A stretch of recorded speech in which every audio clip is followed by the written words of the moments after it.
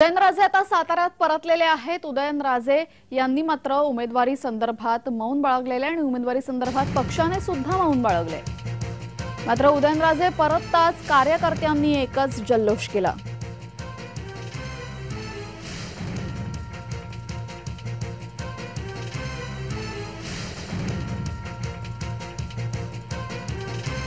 उदयनराजे यांना साताऱ्यातून लोकसभेसाठी उमेदवारी हवी आहे, यासाठीच ते दिल्लीला गेले होते। केंद्रीय गृहमंत्री अमित शाह यांची भेट त्यांनी घेतल्याचं सांगितलं जात आहे। दरम्यान आता दिल्लीवरून उदयनराजे परतले असून उमेदवारीबाबत पक्षाने मात्र मौन पाळलेलं आहे। कार्यकर्त्यांनी मात्र एकच जल्लोष केलाय।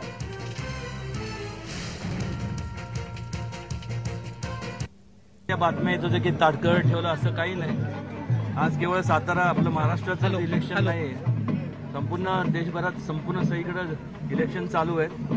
त्यामुळे वेगवेगळ्या राज्यातले पहिल्या टप्प्यातले, दुसऱ्या टप्प्यातले, तिसऱ्या टप्प्यातले जे काय टप्पे आहेत, त्यामुळे पहिल्या टप्प्यातले अनेक ठिकाणी जे तेढ जे निर्माण झाले होते वेगवेगळ्या पक्षांमध्ये, महायुतीमध्ये जो तेढ निर्माण झाला होता ते